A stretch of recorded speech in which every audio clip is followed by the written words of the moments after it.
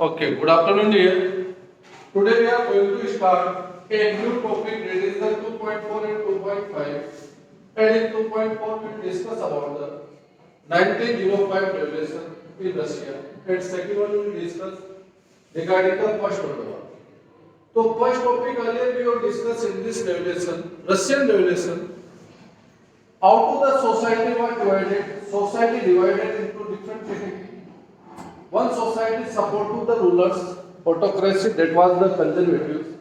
Another one society support to the nationalism, or we can say democracy. Later on in 10th grade democracy हो जाएगी. And these were divided in two parts. One group was the workers, another one group was the peasants.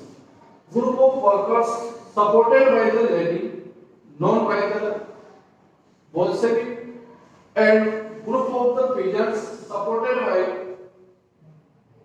Menshevik. Okay. So these are the two groups and movement has started inside the Russia. And यहाँ से अब revolution start होता है. Means there are two revolutions are important in this Feb and October revolution. Through these changes happens inside the Russia.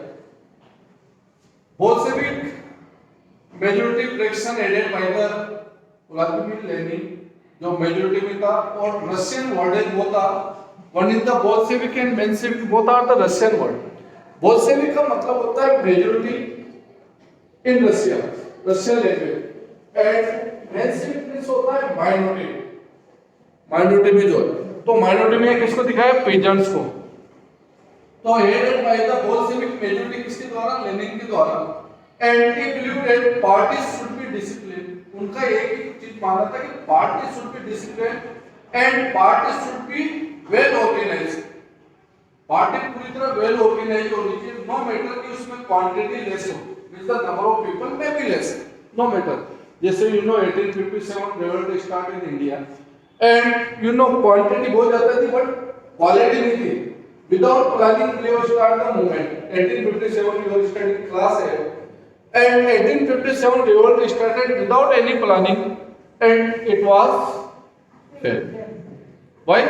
There was no such target, goal, planning, कुछ भी नहीं था उसमें. That was the moment started by the soldier. But एक चीज और होती है कि one thing is good for us कि एक तरह से हमने कभी revolt करने का तो सोचा, यानी एक motivational आया हमारे लिए कि we can oppose the Britishers. और after 1857 there are lot of movement started inside India. 1857 के बाद रोलेट एक्ट हुआ. After Rowlatt Act you know non cooperation हुआ. स्वदेशी मूवमेंट हुआ. 1942 यू नो कितने मूवमेंट्स हुए. सॉल्ट मूवमेंट हुआ. दांडी मूवमेंट हुआ. And the Champaran movement also. Bardoli movement also. Kheda movement also. कितने मूवमेंट्स हुए. क्यों? क्योंकि पब्लिक इंस्पायर हुई. कभी-कभी क्या होता है छोटा बच्चा सोचता है कि अगर मैं चलने से गिरूंगा तो शायद वो चलने नहीं सीखेगा. तो कभी-कभी फेलियर भी लाइफ में सक्सेस लेके आती है, हमें मोटिवेट करती है, हमें बताती है कि what are our weak point where we can improve. तो like in Russia Lenin needed such political party which should be discipline and quality its member. And this split happened in 1903. इसकी वजह से क्या हुआ कि 1903 में उस पॉलिटिकल पार्टी और इस सोच की वजह से टू पार्ट हो गए, मेंशेविक और Bolshevik, due to the thought और आइडियोलॉजी ऑफ द लेनिन. और Menshevik you know another fraction of the minority headed by the Marto, Julius Marto name is given, book में नहीं होगा. And who was the leader? Julius.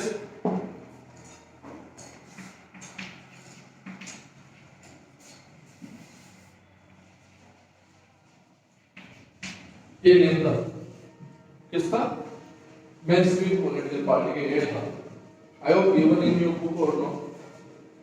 And headed by the Julius and they believed that party should be open for all. उनका ये मानना था party सबके लिए होनी चाहिए, not for only the workers for life. Party should be open for all. And later on 1905 revolution has started. तो Russia was an autocracy. The Tsar not subjected to the parliament. You know minimum autocracy. कभी लगे तो you may be less than autocracy उसको बोलते हैं. You know anyone such ruler may be rule and without any consult. वो अपनी मनमानी करे. इसको बोलते हैं निरुपंस हिंदी में बोलते हैं. बहुत मतलब ऐसा ruler तो अपनी मनमानी करता हो. In not consulting with anyone. बिना कंसल्ट के डिसीजन लेता हो. जिससे हम satisfied हैं. जैसे सपोज आपका democracy. But this may be happens in our India कि बीजेपी गवर्नमेंट और head of the leader mister Narendra Modi में भी स्टार्टेड द डिसीजन और इस टाइप से कि विदाउट कंसल्ट ऑफ पार्लियामेंट अपनी मर्जी से जो करना है पास कर दिया, ये कर दिया, वो कर दिया, तो उस रूलर को हम क्या कहेंगे? ऑटोक्रेसी. आर यू गेटिंग और नॉट? यानी जो अपनी इच्छा से सब कुछ करता है, किसी की नहीं सुनता. Autocracy. So you know, Russia was an autocracy nation that was not subjected to the parliament. Whatever Tsar maybe take the decision, he not answerable to parliament. वो parliament को answerable नहीं था, उसकी मर्जी जो decision low, because he was ruler. And autocratic ruler था. What citizen happy with this? क्या आप ऐसी कंट्री में रह रहे हो where the autocratic rule है? तो citizen will happy or not? No, not yet. Okay.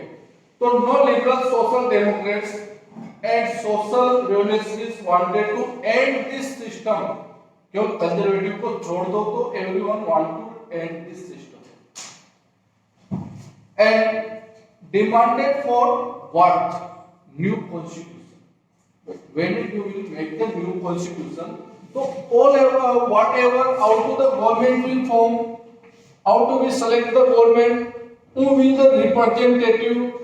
How they will take decision for what different subject, whatever budget should be given? How do we decide it? अगर आपने मान लो support government बना ली, but आप ऐसे government में रह रहे हो जिस कंट्री का कोई कॉन्स्टिट्यूशन नहीं है. Suppose you are attending the school and there is no such guideline for a student like a school like this. So in school there it is mentioned what uniform you will wear on particular day. It is also mentioned in your diary. What prayer, which type of prayer may be, we will sing during the assembly. Okay. And when your exam will be conducted, PT1, PT2, PT3, सब चीजें किसमें mentioned है? Holiday is also mentioned. So it is the constitution for a school. So if government may be formed, but there is no constitution, so who will take the decision? How do we take the decision? How do we elect the government? ये सब नहीं होगा तो कैसे government चलेगी? किसके लिए work करेगी? तो constitution is required. और constitution is formed, तो they demanded for a constitution. क्या डिमांड की सबसे पहले उन्होंने constitutional government.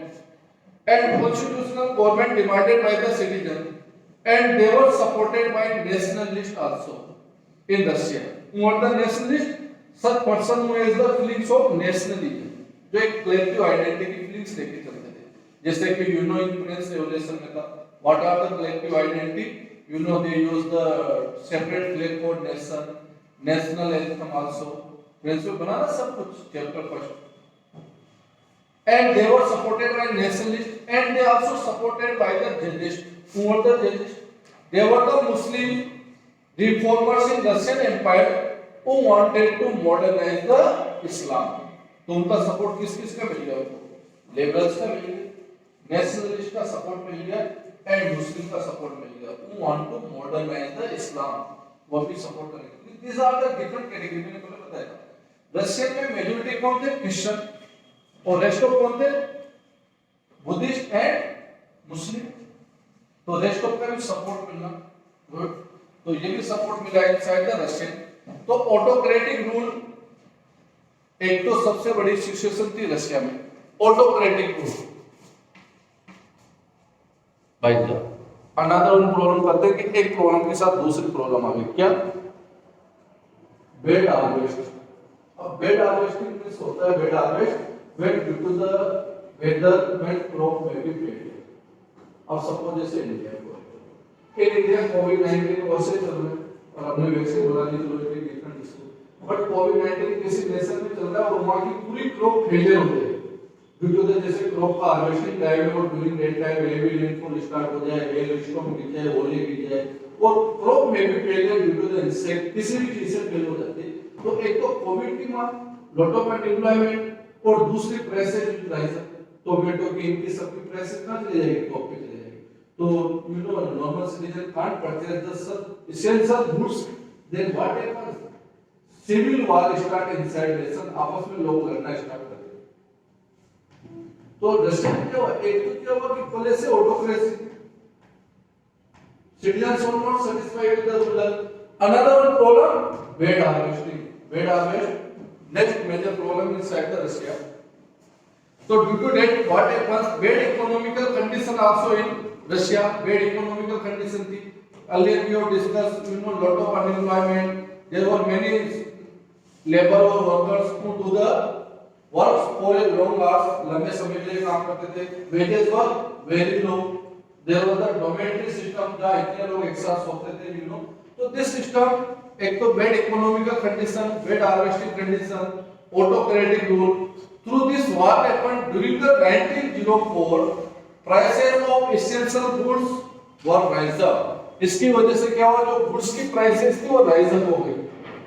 जैसे अल्ले कोई प्रोडक्ट 10 रुपीस का था, 15 रशिया में रुपीस तो चलते नहीं, बट जस्ट एग्जांपल, अगर सपोज अल्ले एनीवन प्रोडक्ट 10 रुपीस का था तो प्राइसेस राइज अप हो गए, बढ़ गए 15 का हो गया।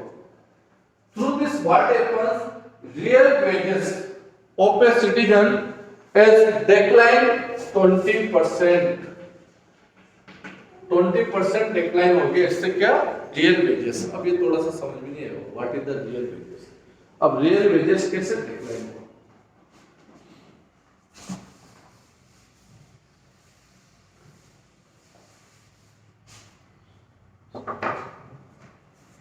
suppose here we can take an example. Your salary is the 50,000 rupees. For example, any citizen salary 50,000. और suppose एक ब्रांड एक मोबाइल है, anyone एक ब्रांड का एक मोबाइल है और उसकी कॉस्ट है 10,000 रुपीज। तो इसकी परचेसिंग पावर क्या हुई बेटा, कितने मोबाइल परचेस कर सकता है, 5 mobile, M4 mobile, okay? When prices may be rising due to the bad economical condition, due to the unemployment, due to the different factor, due to the autocracy, prices rise up और इसकी prices हो गई suppose 15,000 rupees. Electron कितने unit purchase कर सकता है, 3।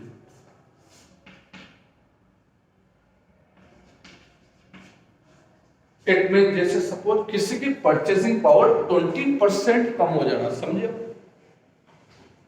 यानी आपकी सैलरी सेम है पर आपकी परचेसिंग पावर 20% कम हो, अभी भी नहीं समझे।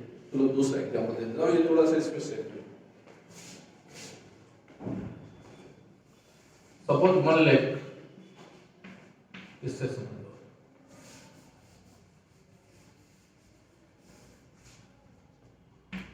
और 10,000 मोबाइल, तो सिटीजन में भी परचेज द 10 मोबाइल, ओके। अब कॉस्ट हो गई 12,000 रुपीज, यानी वीकेंड से, या आप ऐसा एग्जांपल ले लीजिए जिसमें अर्लियर आप जो प्रोडक्ट परचेज कर रहे थे उससे आप 20% कम परचेज करेंगे, यानी आपकी वेजेस पावर इतनी, यानी रियल वेजेस डिक्रीज हो गई 20%, यानी आपकी जो पहले 100 रुपीज में जो प्रोडक्ट आता था अब वो 80% ही प्रोडक्ट आएगा, 100% नहीं आएगा। इट मींस आपकी रियल वेजेस यानी 20%, in other words we can say prices rise up हो गए किसी भी प्रोडक्ट की, पहले 10,000 थी अब इसको 20% राइज अप कर दो 12,000। किसी प्रोडक्ट के अगर मान लो 10 रुपीस था तो 20% 12 रुपीस प्राइसेस हो गए, तो 20% जब प्राइसेस राइज अप होगी तो आपकी 20% परचेजिंग पावर कम हो जाएगी, सिंपल। और किसी की 50% होगी, जैसे 10 रुपीस का है 50% मतलब 15 का हो गया, तो आपकी भी क्या हो जाएगा 50% कम हो जाएगा, ये ले लीजिए। तो आपकी जेब में मनी तो रहेगा पर उसकी वैल्यू नहीं रहेगा। We can take another one example, suppose today मैं बोलूं आपको 100 रुपीस दीजिए और आप पार्टी करते हैं, आपका बर्थडे सेलिब्रेट है, इट इज पॉसिबल नहीं होता। लेकिन ये बात अगर मैं 20 और 30 इयर्स बिफोर किसी को बोला होता है कि 100 रुपये ले लीजिए और बर्थडे सेलिब्रेट कर लीजिए, तो that was the sufficient during that time before 30 years. इतना सफिशिएंट था कि आप कितनी सेविंग करके वापस लेके जाते। तो उस समय के 100 और आज के 100 में क्या हुआ, प्राइसेस राइज अप होने से क्या हुआ, 100 की वैल्यूज कम हो गई, समझे? यानी 20% वेजेस कम होना मतलब आपकी सैलरी का 20% इनकम कम हो जाना परचेसिंग पावर की। यानी भले की सैलरी से आप जितना परचेस कर सकते हो आप 20% कम करोगे। तो दिस हैपेंस इन रशिया। अब जब क्या होता है मैंने प्राइसेस राइज अप ना और करेंसी की वैल्यू कम होगी, तो कुछ ऐसे करेंसी के भी यूनिट होंगे which are run inside the market, जिसमें मार्केट में वैल्यू नहीं रहेगी। देन व्हाट हैपेंस, अब जैसे सपोज अर्ली टाइम आईओसी 5 पैसा 10 पैसा और 20 15 पैसा नहीं होता, 20 25 पैसा 50 पैसा और 1 रुपये। तो अभी प्रेजेंट टाइम आपके सामने मार्केट में ओनली 1 रुपीस चलता है। आई होप 50 पैसा मार्केट से कट ऑफ हो गया। व्हाई दिस हैपेंस, क्योंकि करेंसी की वैल्यू इतनी डिक्रीज हो गई कि we can't purchase any product through the 50 paisa, यानी 50 पैसे में कोई प्रोडक्ट आता ही नहीं। और आप अगर अपने ग्रैंडफादर से पूछे कि what is the value of 50 पैसा 25 पैसा 50 एंड 25 पैसा, अगर डिस्कस टू योर ग्रैंडफादर तो वो पैसा भी नहीं बताएंगे, वो आना बताएंगे। आना मींस द 5 पैसे के भी सब पार्ट, 1 आना 2 आना 3 आना 4 आना, और फिर इन सब का पार्ट बनता है 5 पैसा। अगर आप उनसे डिस्कस करोगे तो बताएंगे 20 पैसे में तो वो मार्केट और इनमें क्या जाते थे, उससे भी सेविंग करके लेके आ जाते थे 20 पैसे में। तो that was the value of our currency earlier. You know when we got the freedom in 1947, जब इंडिया को फ्रीडम मिली थी 1947 में, तब 1 रुपीस इक्वल टू डॉलर की वैल्यू क्या थी, you know? 1 rupees equal to 1 dollar था। और today it means our rupees value decrease, decline हुई। और ये कब होती है, ये कब होगी? सिंपल सा formula, very simple. When this happens, ये तब होगा suppose any family 5 members are living in that family, 5 members है, इनकी इनकम है 50,000 rupees income, 5 members are in a family, this 50,000 is income, okay? और 1 लाख रुपीस इनका इन्वेस्टमेंट या एक्सपेंडिचर है पर मंथ। एक्सपेंडिचर मतलब खर्च है 1 लाख रुपीस, कमाते 50,000 पे खर्च करते हैं 1 लाख रुपीस। या फिर another one example we can take, किसी नेशन के अंदर 50,000 उसकी टोटल इनकम है एंड जो एक्सपोर्ट कर रहे हैं, you know meaning of export, 20,000 का एक्सपोर्ट है एंड इंपोर्ट 10,000 है। इट मींस व्हाट, उस कंट्री को क्या होगा, बेनिफिट होगा। एक्सपोर्ट 20 करे तो 10,000 का बेनिफिट हो जाएगा। तो इनके 50,000 में 10,000 भी क्या हो गए, ऐड हो जाएंगे। तो there income will be increase. जब किसी भी नेशन के अंदर एक्सपोर्ट ज्यादा होता है कंपेयर देन इंपोर्ट, तो उसकी करेंसी की वैल्यू इंक्रीज हो जाती है। लेकिन किसी नेशन में अगर जस्ट रिवर्स होता है, एक्सपोर्ट 20 है और इंपोर्ट 40,000 है, तो क्या होगा यहाँ लॉस, -20,000 का। तो पता चला आप अपनी जो इनकम है उससे ज्यादा एक्सपेंडिचर और एक्सपोर्ट कर रहे हो दूसरे नेशन को पैसा। आप प्रोडक्ट परचेस करोगे तो इंडियन करेंसी दूसरे नेशन में जाएगी, तो आपके पास अर्लियर जो करेंसी थी 50,000, तो यहाँ से कितनी माइनस हो जाएगी 20,000, यानी आपके पास कितनी करेंसी बची 30,000। और फिर ऐसे कंटिन्यू आपके साथ चलता रहा तो बहुत दिन दूर नहीं तो आपकी करेंसी किसमें चली जाएगी, माइनस। और देन व्हाट हैपेंस, फिर हम पाकिस्तान की जैसे एंजॉय करेंगे। अदरक 1 kg इक्वल टू 1,000 रुपीस। पता है पाकिस्तान में 1 kg अदरक 1,000 रुपीस का रहा है। 50% पॉपुलेशन बिना खाने के सोती हो। You can search on Google वहाँ prices कितनी rise up हो रही है. Why this is going on due to debt. कैसा है नहीं कंट्री में लोन इतना ले रखा है और लोन चुका नहीं पा रहे.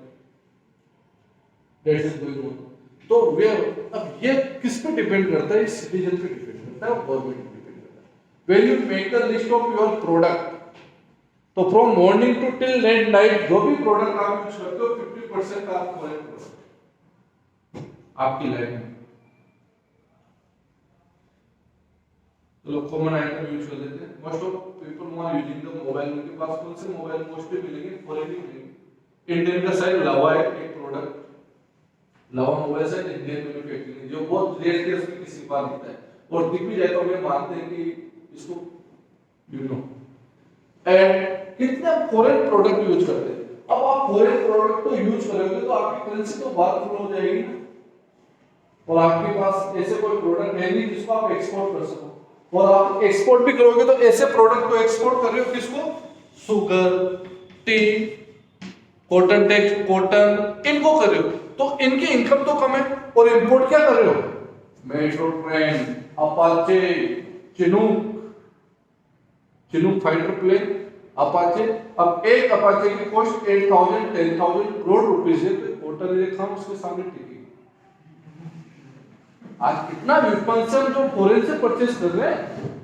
आपके फ्रांस से कितने वेपन्स आ रहे हैं, आपके अमेरिका से कितने आ रहे हैं, रशिया से कितना आ रहा है, जापान से आपकी मेट्रो ट्रेन. तो इसका पैसा कहां है? दूसरे देश में फ्लो है. और उसके बाद में इंडियन करेंसी यू नो हमारी जो जीडीपी की ग्रोथ रेट है वो 11%.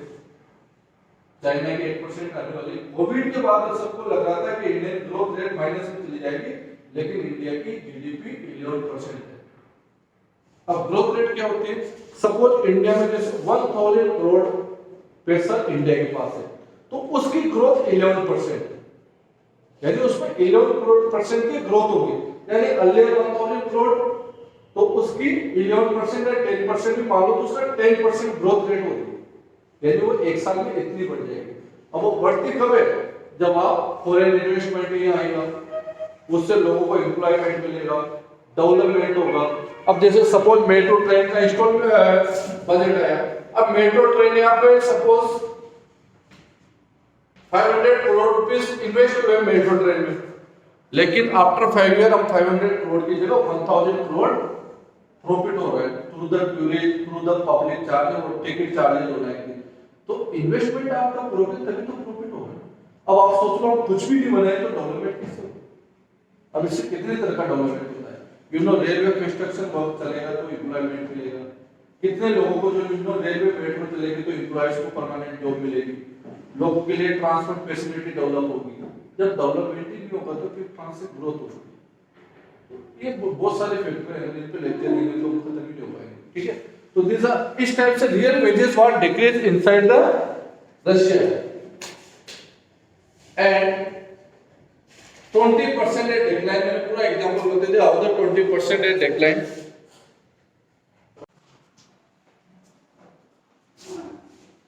अब due to that workers membership in workers association one day when 4 members of assembly of a Russian workers were removed through the एक इंडस्ट्री. यानी 4 वर्कर्स को एक इंडस्ट्री से निकाल दिया गया. Industry name is given petrol iron works industry is given. उससे 4 workers को निकाल दिया इंडस्ट्री से. Due to that what happens उनको सपोर्ट करने के लिए 10,000 workers in Saint Petersburg went to on strike. जबकि strike was illegal in Russia. Strike नहीं कर सकते. No one can form the association. तो 10,000 वर्कर्स इन सेंट पीटर्सबर्ग जिसका नेम बाद में पेट्रोग्राड कर दिया गया था. Petersburg is the German name और रशिया जर्मन कभी नहीं बनता. जैसे रशिया जर्मन, इंडिया पाकिस्तान और अमेरिका और रशिया इंडिया पाकिस्तान लाइक. तो you no 10,000 workers went on the strike and demanding a reduction in the working hours. और क्या डिमांड की? 8 hours working hours होनी चाहिए. They demanded 10,000 people and increase in wages. Wages बढ़े. You know the difference between the wages and salary? क्या होता है? Salary monthly मिलती है और wages per day. And along with salary, we are getting the different benefit like if we have medical facility, paid holidays, like this. Okay. And demanding a reduction in the working hours, increase wages, and improve the better living condition where they are working.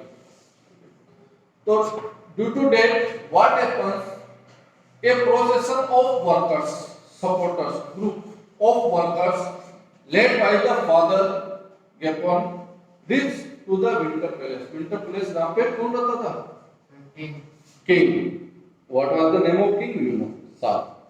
तो you know वो अपनी बात रखने के लिए गए इसके पास king के पास ग्रुप में और उनके ग्रुप का एक जो सिटीजन जो थे फादर उन्होंने लीडरशिप की father processor was attack by the police और कौन सी पुलिस अटैक करेगी those who support to the ruler यानी ruler secret police attack on the workers who was leading by the father name you know due to that over 100 workers were killed and 300 injured and arrested also and 100 people killed due to that accident and all this happens on 22nd Jan 1905 यानी आज से today is 28 ना 6 days before but year was different. So this incident happens on 22nd Jan 1905 जिस दिन ये events और घटना हुई ये 22nd Jan 1905 को हुई 100 people were killed 300 arrested and that day was Sunday और इसी इवेंट को ब्लडी संडे कहा गया रशियन रिवॉल्यूशन अभी क्वेश्चन आ जाए 3 मार्क्स में तो यू राइट दिस पॉइंट जो पॉइंट मैंने बताया what happens for workers suspended or maybe removed by the industry led on to support to them ये 10,000 people group workers procession a started movement and supported by the father Gapon and they went to the Winter Palace and due to that incident they were attacked by the secret police and after that 100 people were killed and 300 arrested.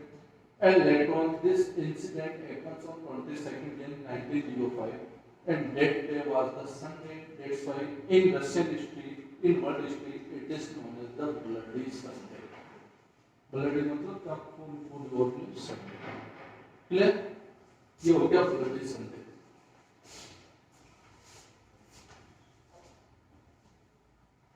And the whole episode came to be known as the Bloody Sunday and Bloody Sunday started the series of events. अब series of events means what?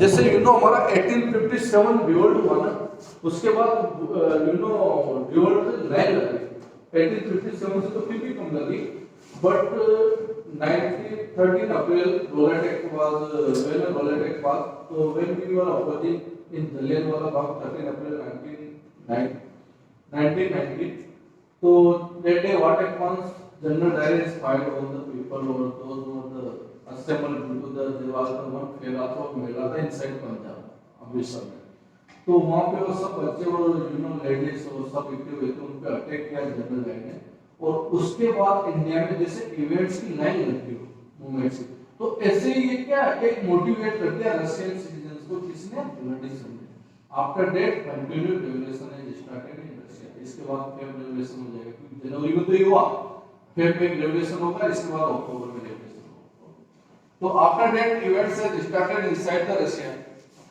And strike all over the country has started strike होना common हो गया universities were close down to support the bloody Sunday lawyers doctor engineers and middle class workers also started the demanding for constitution impact aftermath of 1905 revolution अब इसके results क्या निकले what happens after that 1905 तो under pressure of the revolution Tsar allowed creation of an elected parliament तो सार को लगा कि अब ये बेटर है कि पब्लिक बहुत ज्यादा भड़क गई और ज्यादा बढ़ के इट बेटर देन कि मुझे इनको एक सेपरेट पार्लियामेंट बनाने की परमिशन दे देनी उन्होंने कहा क्या पटी मत हम आपको नहीं हटाना चाहते, बट हमें एक सेपरेट पार्लियामेंट बनाने दिया। तो you know sir given the permission to allow a consultative parliament. Consultative मतलब when a ruler may be take any decision he will consult with the committee, यानी जो कमेटी बनेगी उससे कंसल्ट करना होगा तभी डिसीजन फाइनल होगा। तो ये पार्लियामेंट को, और रशिया के अंदर पार्लियामेंट को डूमा बोला जाता है, DUMA। तो यू नो अब आप सोचो किसी रूलर पे आप ऐसी कमेटी बना दो तो उसके डिसीजन को कंट्रोल करेगी, तो रूलर में भी सेटिस्फाई विद द कमेटी और नहीं होगा ना। तो when the first Duma was formed and it was suspended with in 75 days, 75 days में हटा दिया उसको, क्योंकि रूलर को अच्छा नहीं लग रहा था कि कोई उसको कंट्रोल करे। अगेन सेकंड डूमा रिफॉर्म, वो भी सस्पेंडेड कर दिया। अगेन थर्ड डूमा फॉर्म, तीसरी बनाई वापस, बट उसको सस्पेंड नहीं किया, उसने 5 ईयर कंप्लीट किए इन रशियन हिस्ट्री। व्हाई? अब आप इसका आंसर बता दो। Why third Duma has completed 5 year? दो डूमा को सस्पेंड कर दिया उसने, थर्ड को नहीं किया। इसने पावर्स कब कर दी थी?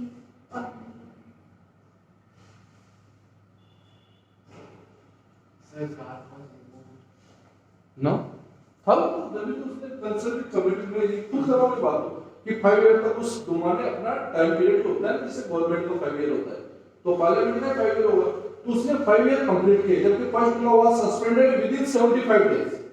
Second Duma is suspended, no time period is given. Timeline is not given in your book. But third Duma is completed the 5 year. ऐसा नहीं कि बहुत डिप क्वेश्चन है और आने वाला है एग्जाम में, तो ऐसे बेसिक क्वेश्चन पूछ लिया।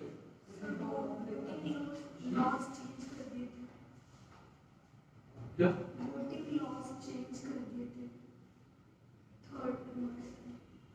कैसे? It is mentioned in your book. Yes, sir. क्या? We check the voting laws and break the third Duma. With conservative politicians. मतलब? उसने सर voting laws check कर दिया। इससे? सेकंड डूमा का भी 1981 सेकंड डूमा का 1981। अरे यार पूरी स्टोरी सुन ली, उसके बाद पूछ लो सीता किसका बाप था, है पूरी रामायण सुनने की बात। उसमें क्या लिखा वो लाइन बताओ मुझे। Third Duma was formed by conservatives. Yes, और हु आर द कंजर्वेटिव्स? तो ये 5 साल के 10 साल तक रहेंगे तो भी राजा सिंह को प्रॉब्लम ही नहीं थी। इसका मतलब ये हुआ, देखो लाइन आपके सामने, आपको तो उससे कांसेप्ट क्लियर करना। First and second Duma has formed by the liberals and radicals. भाई जब थर्ड में कंजर्वेटिव जो वोटिंग, यानी थर्ड डूमा में उन्होंने वोटिंग जो फॉर्मेशन था वो चेंज कर दिया, यानी रेडिकल लिबरल्स की जगह ज्यादातर लोग कौन ले लिए उन्होंने? कंजर्वेटिव। और कंजर्वेटिव तो उसी के लोग थे, तो व्हाई डिड अपोज जा साथ को क्यों अपोज करेंगे? आईवीए कंप्लीट किया आपके सामने, कोई ऑब्जेक्शन नहीं। That's all. कि फर्स्ट अब उसको लगा जैसे फर्स्ट यू नो, अब जैसे आपके एक चैप्टर ऐसे स्टोरी आई थी, तो यू नो साथ रेडिकल्स ले लिए, लिबरल्स ले लिए, उसको लगा कि आज सेकंड डूमा फॉर्म को सेटिस्फाई नहीं है तो बहुत ज्यादा कंट्रोल करते हैं। After 75 days second Duma form की, फिर उसको लगा कंट्रोल करें तो वोटिंग राइट चेंज कर दो कि इसके अंदर इतने number of person should be conservative और इस कैटेगरी से फिर भी लो चेंज कर दो, कंजर्वेटिव ले लो उसी थर्ड में वोटिंग चेंज करके। वोटिंग चेंज करना भी कुछ नहीं है, अगर कंजर्वेटिव नहीं होते तो भी थर्ड डूमा कंप्लीट नहीं करती 5 ईयर कंजर्वेटिव, तो दैट्स व्हाई द साल is completed 5 year with the Duma that form by the conservative. समझे? फिर स्टोरी बाद में बताऊंगा फिर। एंड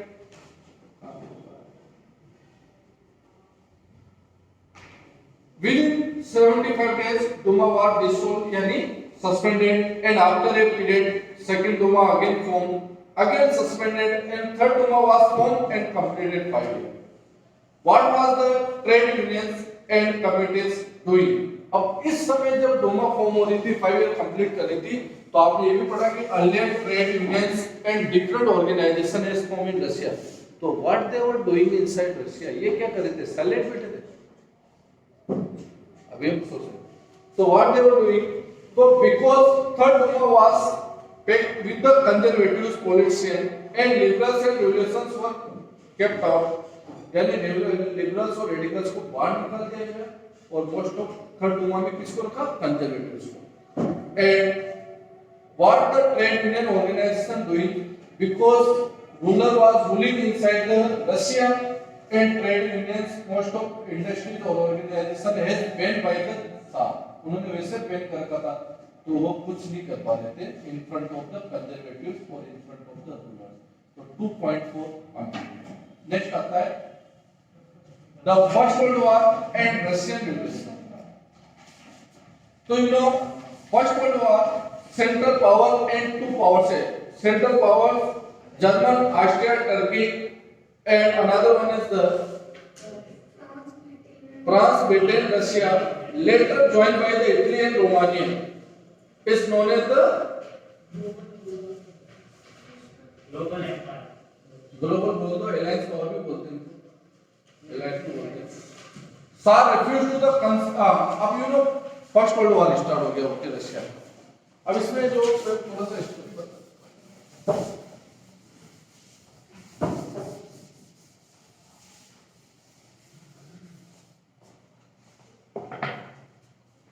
फ्रांस मैप तो बनेगा नहीं इसका, यू नो रशिया,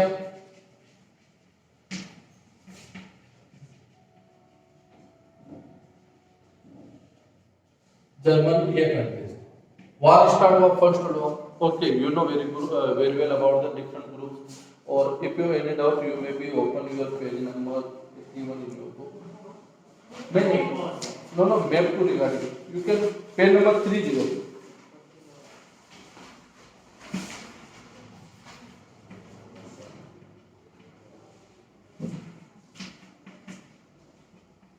केवल मैं आपको जो कंसेप्ट देना चाहता हूं वो समझिए आप, इसलिए मैंने थोड़ा सा बैक हो गया। Okay, Russian empire, you know war has started और रशिया और during the when Duma is form inside the Russia ना, during that time war was going on, तब भी वॉर चल रहा था किसके साथ, जापान के साथ, रशिया का।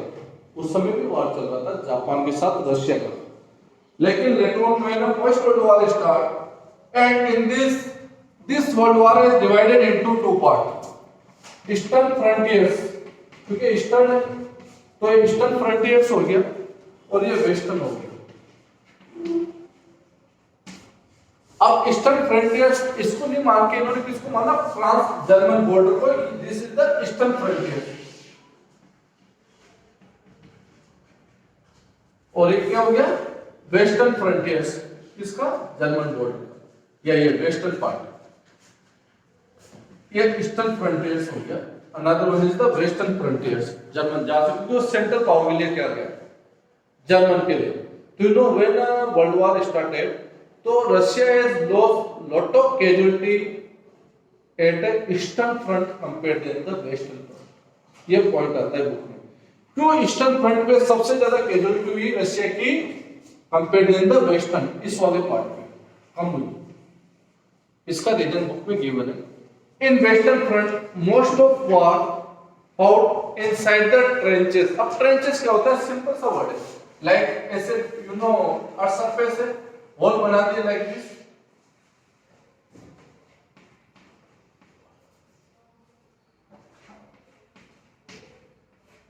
सोल्जर खड़ा है, इसकी पूरी बॉडी किस पे, ऐसे इस टाइप के ट्रेंचेस ऐसे मूवीज में किसी में देखे होंगे।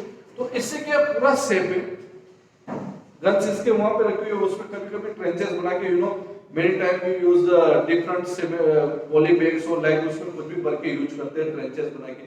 तो इस टाइप के ट्रेंचेस बनाए के कहां पे, वेस्टर्न साइड, तो कैजुअलिटी कम होगी क्योंकि आपकी गन ऊपर रखी है तो सोल्जर कम से कम मारे जाएंगे। But at the eastern front यहां पे से ट्रेंचेस देते, दैट्स व्हाई सबसे ज्यादा कैजुअलिटी किसकी हुई, रशिया की। रशिया को बहुत स्ट्रगल करना पड़ा, there were many such casualty और may be area loss with the German and Austria, German और ऑस्ट्रिया को बहुत सारा उसको लॉस हुआ, रशिया को लॉस हो रहा है, बट फाइनली जीतेगा कौन इसमें, रशिया जीतेगा। क्यों? Due to the support of USA. तो due to that Russia is lost. तो मेरा कंसेप्ट ये क्लियर करना है आपको कि what are the eastern front और what is the western front. तो इस पार्ट को ईस्टर्न फ्रंट कहा गया। अगर आप ऐसे सोचोगे कि रशिया का ये पार्ट ईस्टर्न होगा तो फिर ये तो पूरा रशिया आगे किससे लड़ेगा यहाँ से फ्रंट में? इधर तो जापान ही आगे, क्योंकि वार तो मोस्टली इन्हीं के बीच हुआ ना। तो दैट इज जर्मन का जो है दैट इज ईस्टर्न फ्रंट और ये वेस्टर्न फ्रंट है, border of France and German. तो रशिया को जो मोस्ट ऑफ लॉस हुआ वो ईस्टर्न फ्रंट पे हुआ, यानी जर्मन के ईस्टर्न फ्रंट पे सबसे ज्यादा लॉस किसको हुआ? Russia. 17 lakh people were killed, sorry किसके? रशिया के। Due to that what happens when a Russian army may be return, तो दे डिस्ट्रॉयड द बिल्डिंग और ये सब चीजें, और कंटिन्यू वार चला। First world war 1914 to 1918। किसी इंसान को 4 साल तक वार करते हुए थकेगा नहीं है, तो मत थक जाएंगे, तो सोल्जर की लास्ट में इच्छा भी नहीं थी वार करने। तो due to what happens unemployment was common in Russia, many buildings were destroyed when the soldiers were returned, and due to that small workshop is lost their work। जो भी उनके अंदर मैन्युफैक्चरिंग या जो भी क्राफ्ट बनते होंगे, क्योंकि हमने पढ़ा कि रशियन सोसाइटी क्राफ्ट बेस्ड थी, मेटल वर्कर, तो जो भी क्राफ्ट जो भी वहाँ पे प्रोडक्शन होता था वो सब डिस्ट्रॉय हो गए। तो रशिया को बहुत बड़े चैलेंजेस फेस करने पड़े due to the first world war. ये बेसिक कंसेप्ट ऑफ हिस्टोरी में सुना। तो फर्स्ट वर्ल्ड वॉर में 2 पावर थे, one is known as the central power, another one known as the alliance. Okay, central power में जो कंट्रीज है German, Austria, Turkey, France, Britain, Russia, other Tsar refuse the concern of the main parties in Duma. अब Tsar को क्या करना था? हर चीज के लिए कंसर्न लेना था। किससे? डूमा से, जो फॉर्म हुई थी। तो initially war was supported, that means jar was supported. एक सेंटेंस है, Initially war was supported, that means Tsar was supported। यानी अगर रशियन जनता वार को सपोर्ट कर रही है, इट मींस सार को भी सपोर्ट कर रही है। अगर मान लो चाइना के अगेंस्ट वार हो जाता है और पूरे इंडियन सिटीजन्स चाइना वार को सपोर्ट कर रहा है, यानी चाइना के खिलाफ वार करवाओ, हम हमारे आपके साथ हैं, it means citizens are supporting the mister Narendra Modi, BJP. Story तो पूरी नहीं हुई।